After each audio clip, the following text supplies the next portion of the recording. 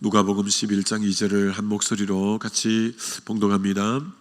예수께서 이르시되 너희는 기도할 때 이렇게 하라. 아버지여, 이름이 거룩히 여김을 받으시오며 나라가 임하시오며. 아멘. 오늘 설교 제목도 부부에게 하나님 나라가 임해야 합니다. 두 번째 시간입니다.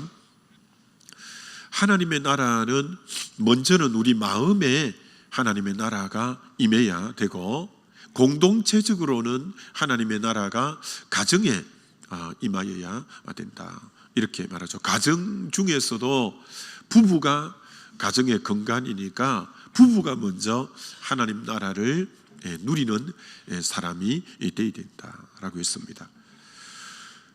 오늘 말씀은, 오늘은 남편, 에베소서 6장에 보면 남편들아 아내를 사랑하되 그리스도가 교회를 사랑한 것 같이 사랑하고 그리스도가 교회를 위하여 자기 몸을 내어준 것 같이 사랑하라, 이렇게 사랑의 기준을 딱 정확하게 정해 주고 있습니다.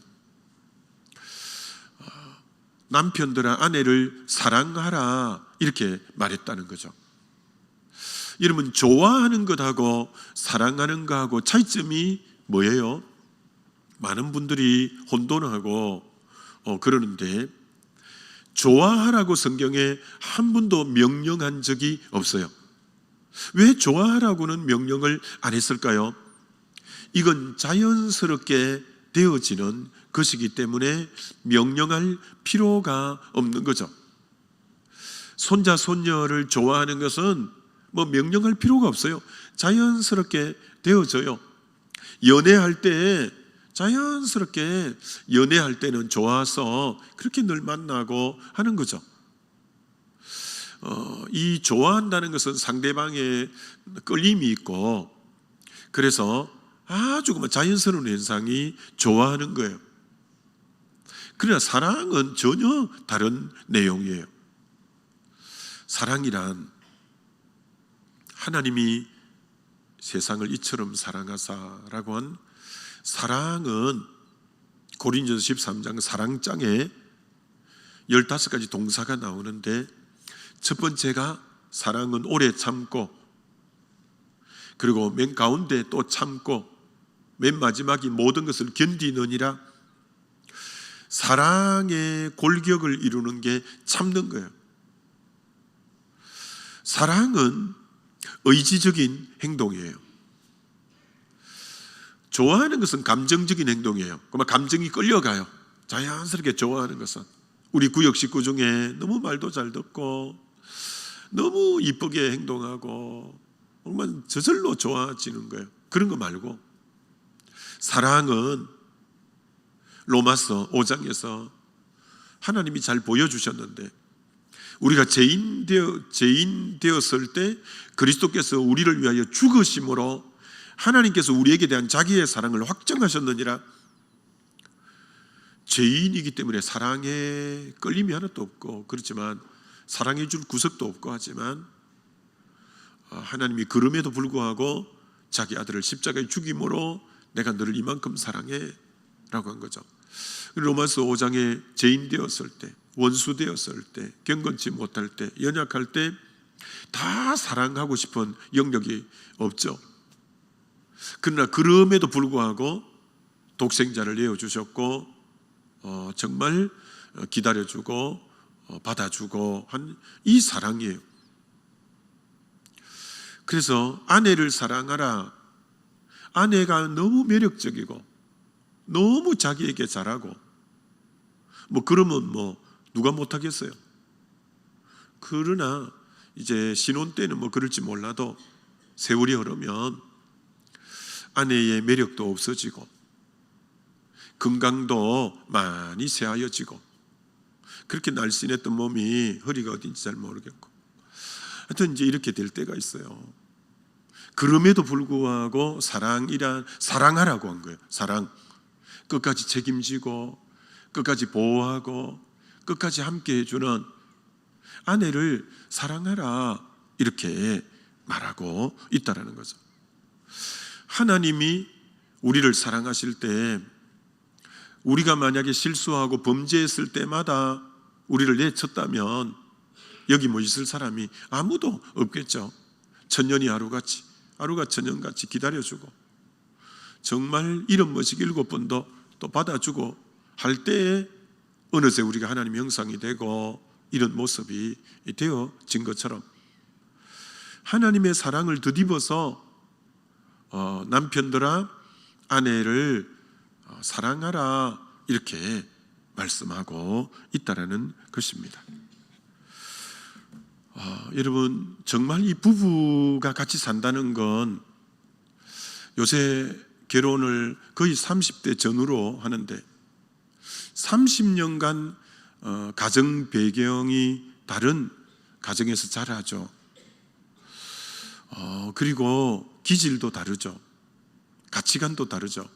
취미도 다르죠. 자란 배경이 너무 다른 거예요. 그리고 아직도 우리들에게는 죄성이 남아있어요. 첫 신혼 때는 이성의 끌림 때문에 그래도 잘 또 견뎌나가지만 이제 그런 부분도 점차 새하여지면 고스란히 이 죄악의 모습들이 드러나서 정말 이 함께 한다는 게 참 만만치 않는 거죠. 그러나 주님에게 다스림을 받는 부부, 하나님 나라를 늘 누리는 그 가정은 정말 아내의 매력이 다 없어졌고 건강을 많이 잃었고, 정말 그럼에도 불구하고 그 안에 하나님의 형상이 있고 하나님이 나에게 짝지어준 사람이기 때문에 끝까지 보호하고 지키고 책임지고 함께하는, 이게 하나님 나라를 누리는 가정의 그 부부의 모습이라 이렇게 말할 수 있죠. 저도 결혼의 주례를 참 그동안 수없이 많이 했잖아요. 여러분, 결혼식, 우리 지금 이제 일반적인 결혼식은 서양에서 기독교적 배경에서 그 순서가 짜여진 게 대부분이에요. 그래서 여러분, 결혼식의 제일 핵심은 서약이에요. 서약을 할 때 이제 부부됨을 공포하는 거예요. 결혼의 가장 하이라이트는 서약이에요. 서약을 성경적 언어로는 언약이에요. 언약. 근데 요즘 문화에 이 서약, 언약과는 다른 언어가 생겼어요. 그게 계약이에요. 말을 그렇게 하는 사람도 있고 안 하는 사람도 있는데, 요새는 동거 문화도 대학가나 이런 데 많고, 그래서 언약이나 서약이 아닌 계약적인 결혼을 하는 경우가 많은 거예요. 그럼 그게 뭐가 다르냐? 계약이라는 것은 조건적인 거예요. 조건적.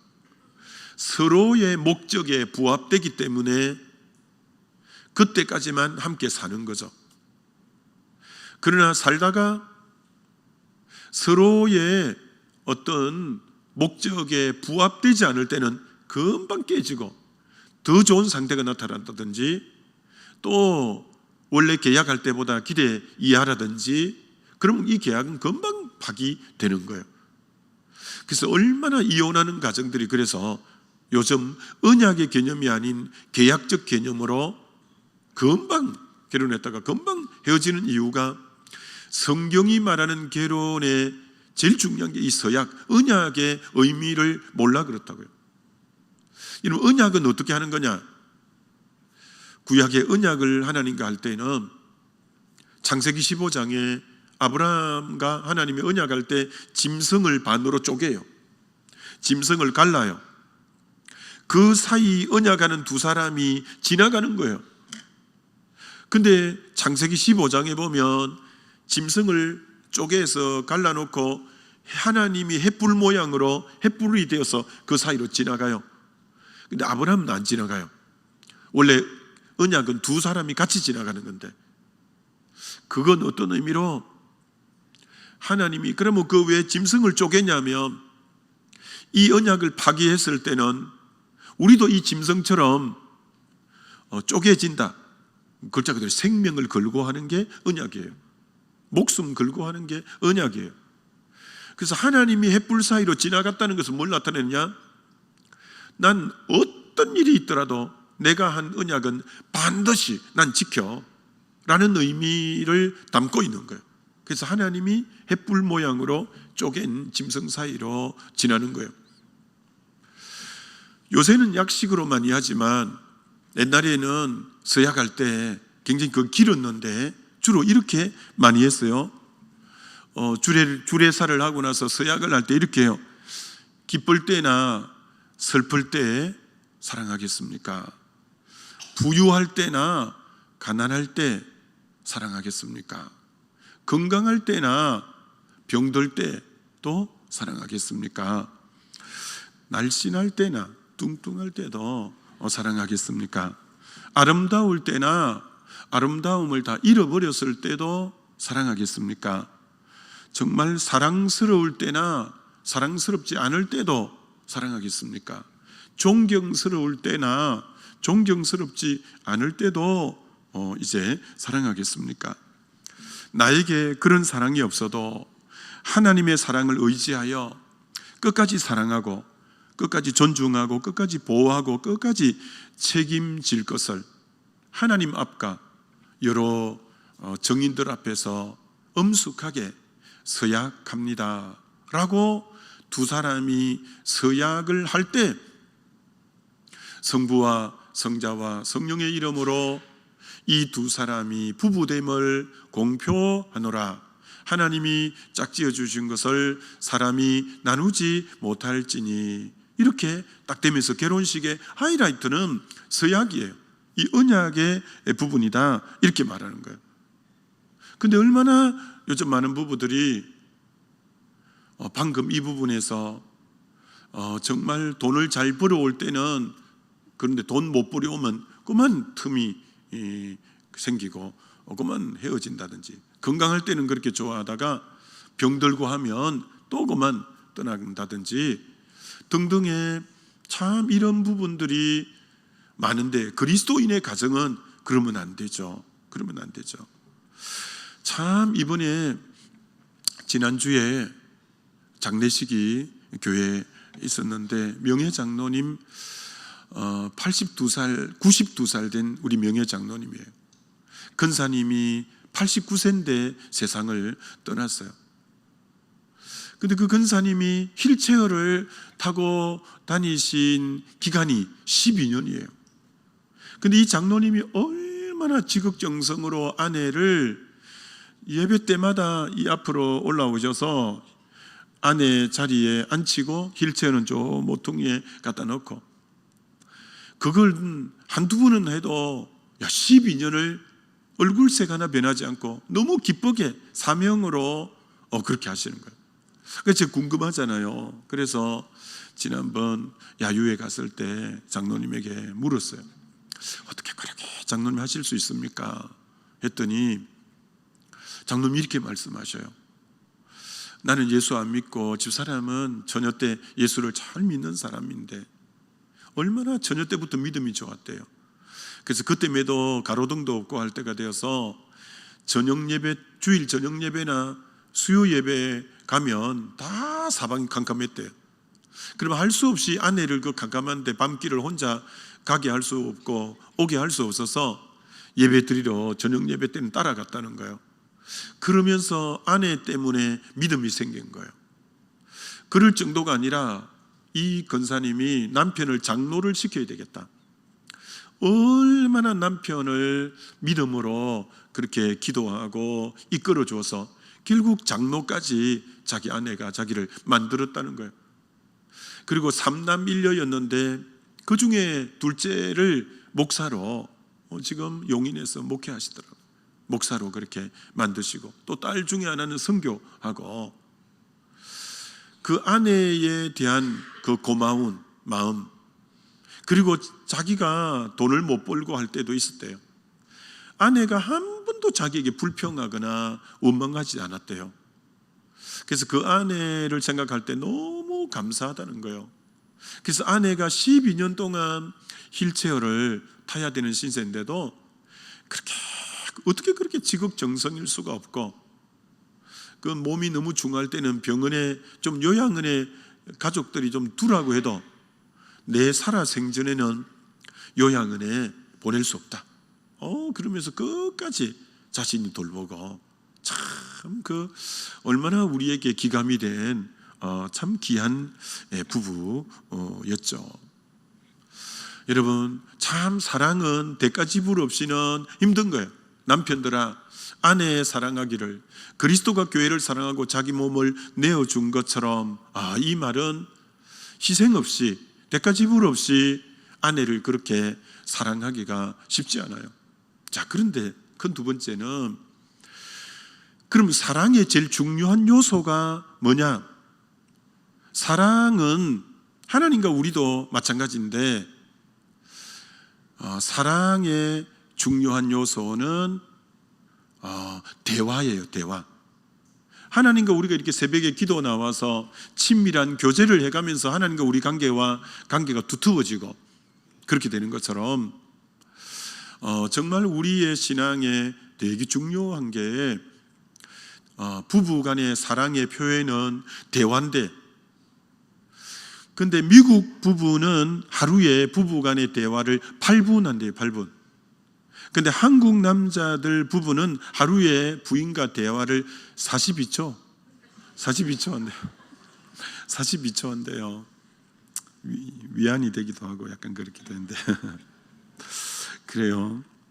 참 우리가 대화를 잘 못해요. 대화를 못해요. 진정한 사랑은 대화를 해야 서로 더 깊어지는데, 대화를 잘 못하는 거예요. 그래서 식당을 오랫동안 경영한 분이 부부가 식사로 들어오면 정식 부부인지 불륜 가정인지 금방 알아차린대요. 어떻게 알아차리냐? 불륜 부부는 들어오자마자 끝까지 대화를 그치는 일이 없대. 눈에 생기가 돌면서 그렇게 대화를 끝까지 밥 먹으면서 대화하고, 대화가 중단이 안 되면 그 100% 불륜이래요. 근데 부부가 들어오면요, 묵묵하게 밥만 쳐다보고요, 꾸역꾸역 넣고요, 대화 안 하는 거예요. 그리고 한 번씩 일거일거 TV 바라보지 상대방도 안 바라보는 거예요. 그리고 또 먼저 빨리 먹고는 이쑤시개 가고 또 이를 또 쉬시고, 아내는 채 먹지도 않는데 일어서서 계산하러 나가고, 그거는 정확한 부부래요. 정확한 부부. 참 그 정도로 우리 문화에서 이 부부가 대화하는 이 부분이 너무너무 빈약해요. 마하트마 간디, 인도의 간디의 책을 언젠가 읽는데도 간디도 그렇게 말해놨어요. 간디가 어느 날 열차를 탔는데 앞에 부부 같은 사람이 앉았대요. 근데 타고부터 내릴 때까지 계속 알콩달콩 나이가 제법 됐는데 그렇게 대화가, 근데 이제 똑같은 역에 내렸대요. 그래서 간디가 너무 궁금하고 해서 그 부부에게 역에 내려가지고 물었대요. 정식 부부 아니죠? 딱 했더니 깜짝 놀라면서 어떻게 하셨냐고. 그 부부가 그러더래요. 제가 뒤에서 보니까 대화에 생기가 흘러 넘쳤습니다. 근데 부부 아닌 줄 알았습니다. 참 그럴 정도로 참 대화가 빈약한 우리들이죠. 대화하라고 했더니 어떤 사람이 집에 가서 대놓고 화를 냈다는데 그게 대화인 줄 알고, 이런 대화를 안 하면 이렇게 말하는 사람은 아닙니다. 꼭 말을 해야 하나요? 부부는 이심전심이지. 절대 이심전심 아니에요. 대화 안 하면 몰라요. 그 사람 마음을 몰라요.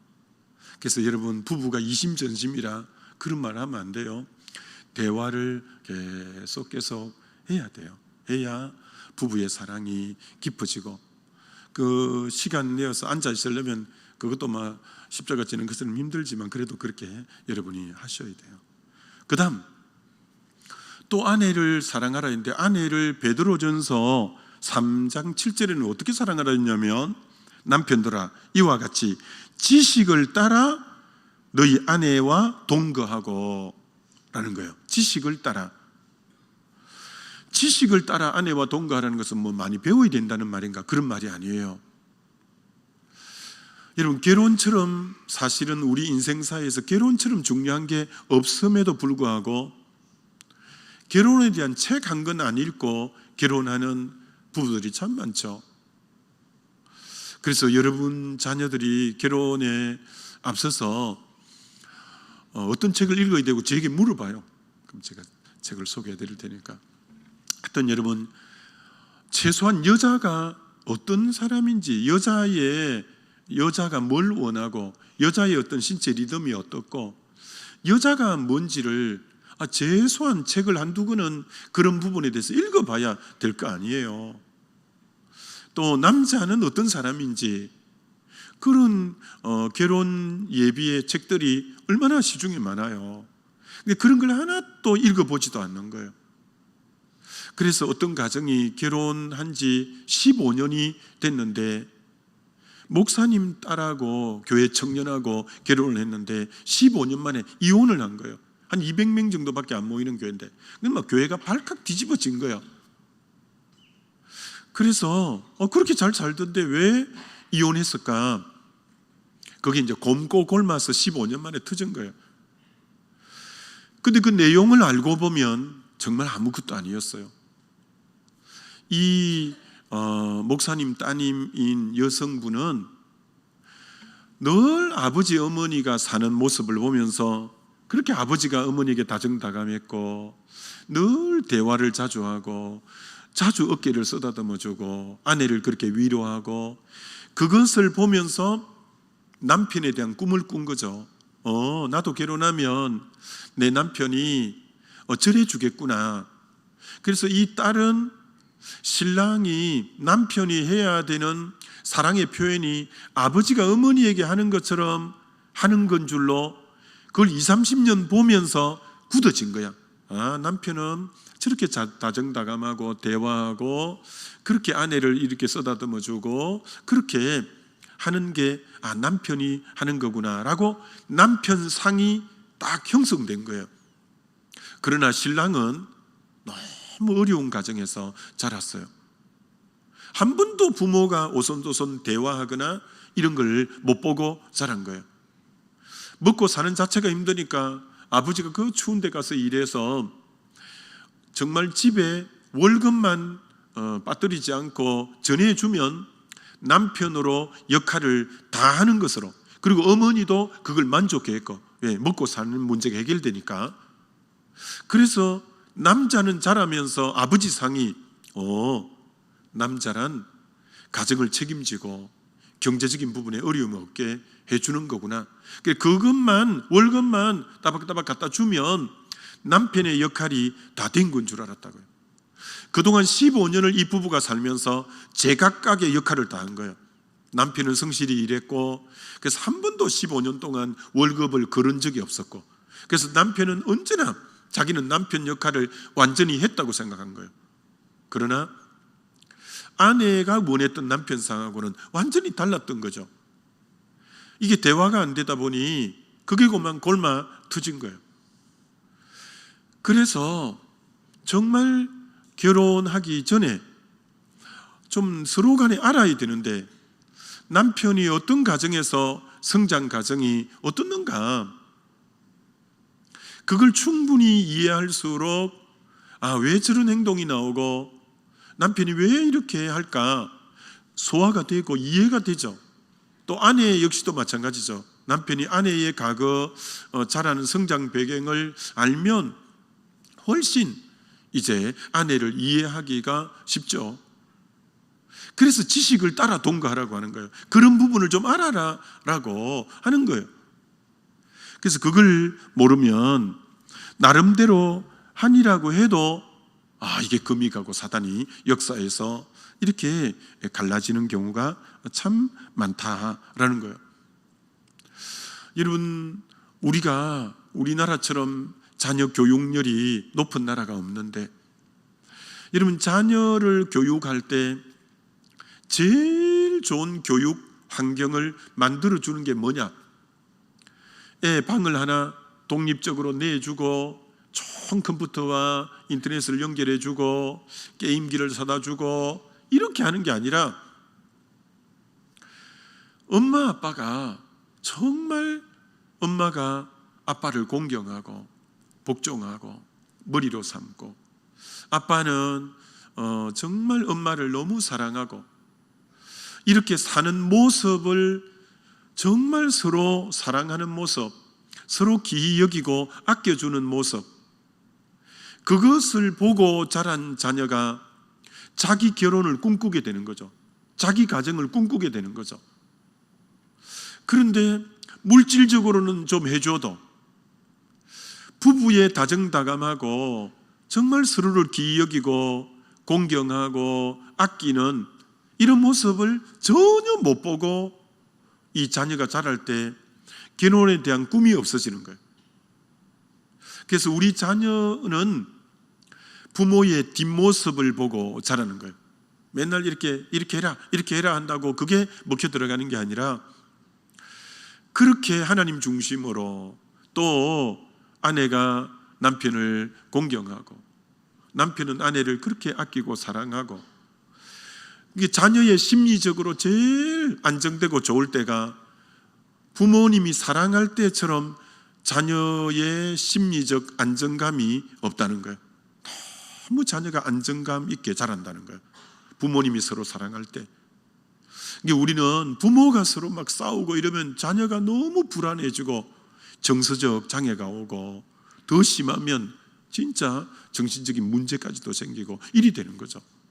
그래서 정말 좋은 부모란 많이 배웠다거나 많이 가졌다거나 그러면 더 좋겠지만, 그렇지 않아도 부부 사이에 서로 행복하게 사는 모습을 은연중에 자연스럽게 보여줄 때 그게 자녀의 정서에 제일 좋고, 자녀가 자기도 가정에 대한 꿈을 꾸게 되어지고, 그런 가정이 제일 복된 가정이라. 그리고 바깥에 나와서 여러분, 여전도 남전도에서도 어떤 분을 우리가 존경하고 귀하게 여기느냐면 이런 분을 존경하고 귀하게 여겨요. 어떤 모임에 와도 자기 아내를 참 사랑하는 모습, 자기 아내를 귀히 여겨주는 모습을 볼 때, 그리고 자기 남편을 공경하고 자기 남편을 귀하게 여기는 그런 부부의 모습을 볼 때 사람들이 그 집 남편과 그 집 아내를 존경하고 참 귀한 가정이다라고 다 부러워하죠. 근데 자기 아내를 아주 함부로 대하고 아내를 무시하고 자기 남편을 그렇게 또 무시하고 업신여기는 그런 부부는, 아니 자기 남편과 아내가 무시하는데 상대방이 왜 그 사람을 존경하겠어요? 상대방도 같이 무시하지. 그러나 부부가 자기 아내와 남편을 너무나 존중하고 사랑하는 모습을 타인들도 볼 때 타인들도 그 사람을 존중하고 그 사람을 사랑하는 그런 모습이에요. 이혼하는 많은 가정들은 대화 내용이 저 사람 때문에 내 인생 망쳤다, 저 사람 때문에 내 인생이 이렇게 됐다, 항상 그 상대에 대한 책임을 전가하고 그 사람이 문제였다, 언제나 그렇게 그런 가정들이 거의 대부분 많이 가정이 어려움을 당하고 한다는 거죠. 이제부터라도 우리가 정말 가정 안에서 진실로 서로 위해주고 사랑하는 이 모습이 자녀에게 제일 큰 영향력을 주는 거다라고 생각하고, 혹이나 가정이 깨어진 분들은 이제 거기서부터 또 출발해야죠. 그 정죄감에 눌려있지 말고 다시 주님과의 관계를 회복하면서 또 새롭게 이제 이런 말씀 통해서 또 여러분이 달려가고 또 하나님이 앞으로 그런 길 열어줄 때 이제 그렇게 또 달려가면 되니까, 절대 정죄감에 눌리는 것은 마귀가 기뻐하고 사단이 틈을 타서 계속 나를 짓누르는 거예요. 이미 가정이 깨어진 가정은 거기 더 이상 짓눌리지 말고 지금 이 시간부터 다시 주님과의 바른 관계 형성 속에 새롭게 또 새로운 새 일을 하실 주님을 기대하며 나아가는 그런 자세가 필요하다라고 생각할 수 있죠. 아무쪼록 저는 몸된 교회 우리 모든 가정에 하나님의 이런 나라가 이루어지는 복된 가정 다 되시길 주의 이름으로 축원합니다. 우리 기도하겠습니다. 이 시간 우리 기도할 때 그동안 혹 여러분의 가정을 돌아보면서 어떤 부분이 내가 미흡했는가 생각해 보면서 하나님, 제가 부족해 그렇습니다. 이제부터라도 잘 좀 해보겠습니다. 다짐하면 좋겠죠. 우리 주여 한번 부르고 기도합니다.